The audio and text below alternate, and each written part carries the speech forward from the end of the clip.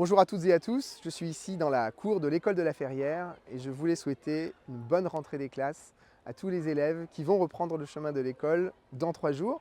Et puis aussi avoir une pensée pour tous les professionnels de l'éducation nationale et des services municipaux, périscolaires, ATSEM, restauration municipale qui sont également en train de préparer cette rentrée. Avec Yann Guillon, mon adjoint à l'éducation, mais aussi avec Dominique Vigneault, adjointe à l'aménagement de la ville et aux mobilités, avec Marie-Paul Gaillochet, qui est en charge de la transition écologique.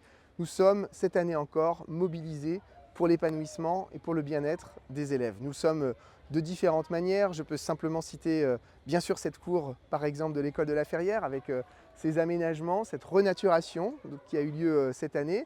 Déjà l'année dernière nous avions travaillé dans la cour de la Salentine. Nous sommes aussi en train de travailler sur l'école de la future école Simone Veil qui ouvrira en septembre 2026. Nous travaillons à faire en sorte que ces cours soient bénéfiques pour les enfants parce qu'elles développent un climat scolaire et des relations, notamment entre les garçons et les filles, très différentes, et une relation à l'environnement tout à fait nouvelle. Et puis nous travaillons aussi à cet épanouissement et à ce bien-être en travaillant dans les abords des écoles, en sécurisant le fait de pouvoir venir à pied, à vélo, pour les enfants, pour les parents. À cette rentrée de septembre, nous expérimentons un nouvel aménagement devant l'école Émile Gibier. Nous avions travaillé les années précédentes devant l'école Pont-Marchand ou celle du Bois-Ragnais par exemple. Nous avons aussi une attention particulière sur la qualité de la pause méridienne, de la cantine. Vous le savez, près de 60% des produits alimentaires sont issus de l'agriculture biologique. Une partie des légumes provient de notre ferme municipale en Régie.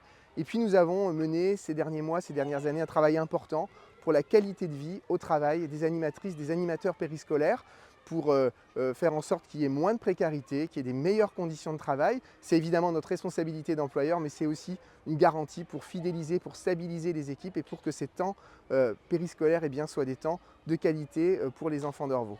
Je vous souhaite à toutes et à tous quelques jours, derniers jours de vacances épanouissants, reprendre toute l'énergie pour démarrer cette nouvelle année scolaire 2025-2026.